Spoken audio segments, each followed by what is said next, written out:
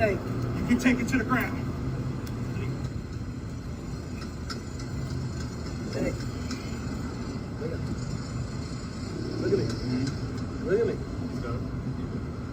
Check you out, okay, buddy? You need a phone, Chris? What happened? Huh? You need a phone? No, I don't. You got into it with another cop, dude.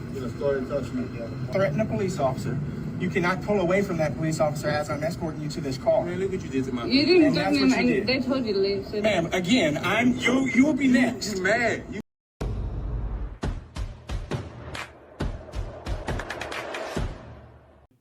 Hi, welcome to another episode of Car to Car. I'm Ramon. And hi, I'm Dana. And today we'll discuss a case where police body slammed a handcuffed gentleman. So we pick up the video where they're trying to rouse an unconscious handcuffed man who was just body slammed. Ramon, what are your thoughts?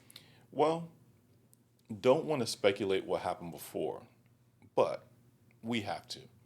And so the speculation I'm going to do is based on what happened after this incident, where you see the incident going off, where you hear the officer saying, "Hey, you shouldn't have pulled away from me when you were handcuffed. I had to do what I had to do." At that point, now you're trying to rationalize something that you know you shouldn't have done. You know, when someone's handcuffed, it's over. The fight is over. Even if you had this knockdown, drag out beforehand, and they got the best of you, but now you got the handcuffs on. It is over.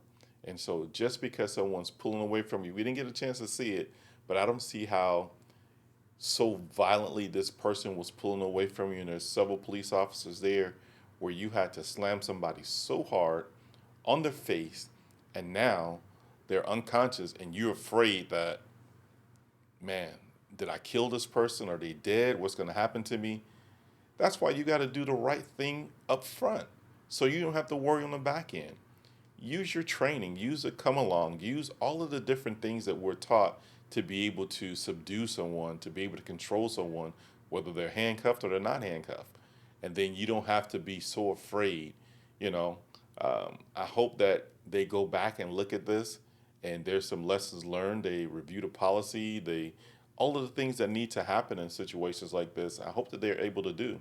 I hope that the supervisor reviews this and say that, hey, listen, maybe you need to do this or ask for backup, or maybe we need to get some more people there. But it just seems like the officer was wrong just based on their actions and how they were acting once this person was slammed unconscious. Well, I definitely think the officer was wrong because he was handcuffed. So absolutely. And it appears to be three officers. So you have a handcuffed suspect with three officers. So you have more than enough backup to be able to, even if he pulled away, to control a handcuffed person.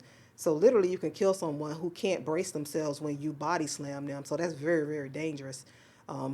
Talk about brain bleeds, paralyzation, just all those different things. That's just very dangerous and definitely unnecessary.